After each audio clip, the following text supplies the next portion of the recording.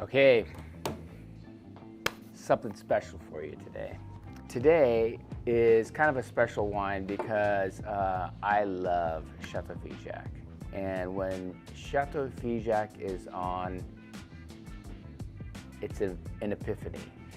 You know, I once asked a dear friend of mine, Jean-Christophe Mero, I said, you know, if you had to pick a chateau to own, and this guy, he runs Belfont-Belsier, Tour Saint-Christophe, Tourmaline, Aubusson, and one of the wines that he kind of mentioned was Chateau Figeac, and for good reason.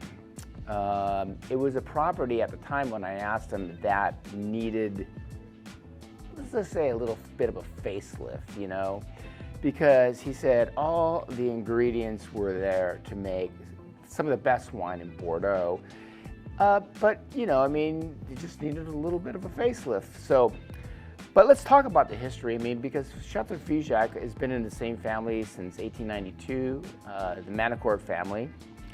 Then around 1945, Thierry Manicourt took over. And he, after World War II, he was one of those guys that said, hey, you know what? I'm on this really special place. And the special place is called the Golden Triangle. And it's the Golden Triangle of Saint-Emilion, where you have Cheval Blanc, parts of Conscient, parts of VCC. In Figeac, it's a gravel bed, essentially, where Cabernet Franc and Cabernet Sauvignon actually grows really well in the right bank. And especially back then when it was colder, you know, before global warming. Believe it or not, it is what it is.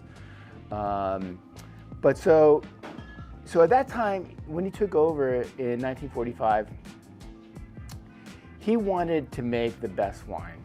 And I don't know if you ever had 45 Figeac. I never have, but if you have, let me know. And supposedly it's like the bomb because he made a very strict selection. And with that, he made a second wine.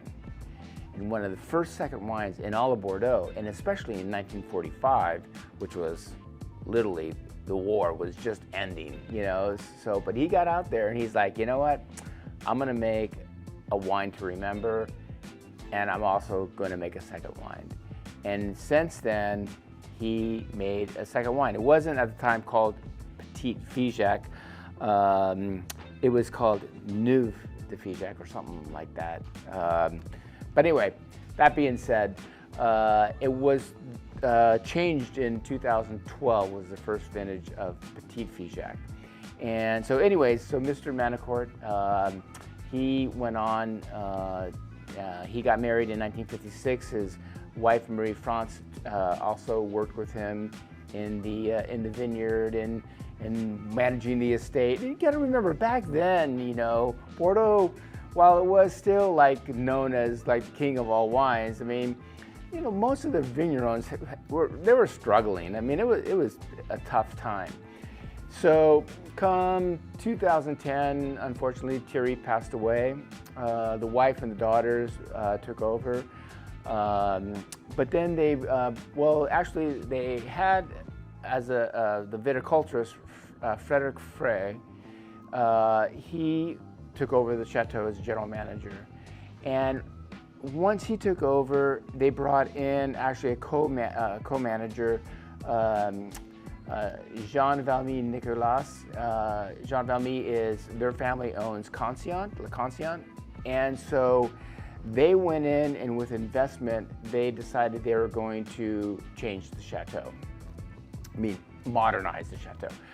So I was there in 2017. I brought a group of our customers, and we went and toured the cellars of Figeac, and let's just say it needed to be modernized.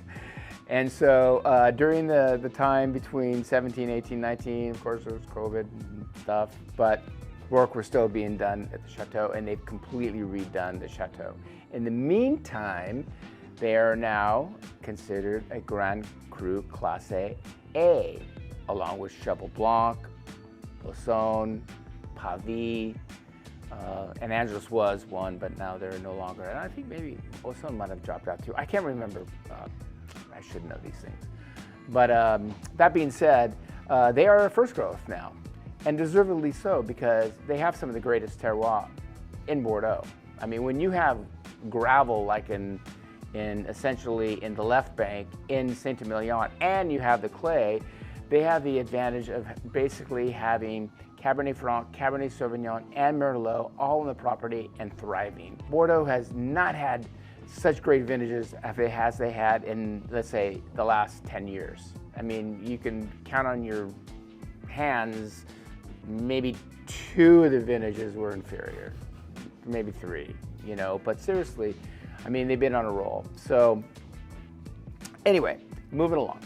Petit-Figeac, okay, Petit-Figeac, second wine, but when they make the selection for Petit-Figeac, and I remember talking to Frederic about this, he's like, we do it all the same. We bring it all in the same, and what we decide to do is once the wine is going through the fermenters, then we do a plot by plot fermentation. You know, they have brand new stainless steel, state of the art. They have these gorgeous wood vats, and you know, essentially at that time, then they decide, you know what, we're going to use this for Petit, we're going to use this for Figeac. Petit-Figeac has a blend of, well, this particular vintage, 2020, which is great vintage, has a blend of 71% Merlot, 19% Cabernet Franc, and 10% Cabernet Sauvignon, and 40% new oak. So they don't skip on the oak, 15 months in oak. So this is, I mean, this could be a first wine for most people, actually, for many people. I would be very happy if I'd made this wine. It was my first wine, but 94 points, Jeb Dunnick, 94 points, James Suckling. I mean, for a second wine, 94 points. And again, there's reason. The wine is delicious. It's so good. I didn't open the bottle today because when the wine first came in, I was so eager. I told my partner, Kyle, I'm sorry, dude, I gotta crack a bottle. It's one of those things where, you know, you see something come in, it's like, you know, it's like, I remember tasting it at the Chateau, I want to taste it again, now it's in bottle. And, well, we did. And the bottle's gone in a nanosecond. So we don't have a ton of this. They don't make a ton of this. There's not a ton available. It's one of those wines that it's not so on the place. You know, you have to kind of have a connection with the negociant that deals with the Figeac clan and especially Petit-Figeac. But I love these types of wines. You know, it's like I always look for like wines that I, you know, truly dig. You know, when we did like the second wine from Beaujolais de Faux. I always look for Croix Canon, and it's so difficult to find. You know, that's Canon's second label. It's like, you know, when you like Cheval Blanc, like Petit Cheval. I mean, the wine's great, but it's twice the price of this. So do yourself a favor, buy this, stick it in a decanter, give it an hour, let it blossom, let it kind of show its stuff, and you'll be really happy you did, because it's delicious.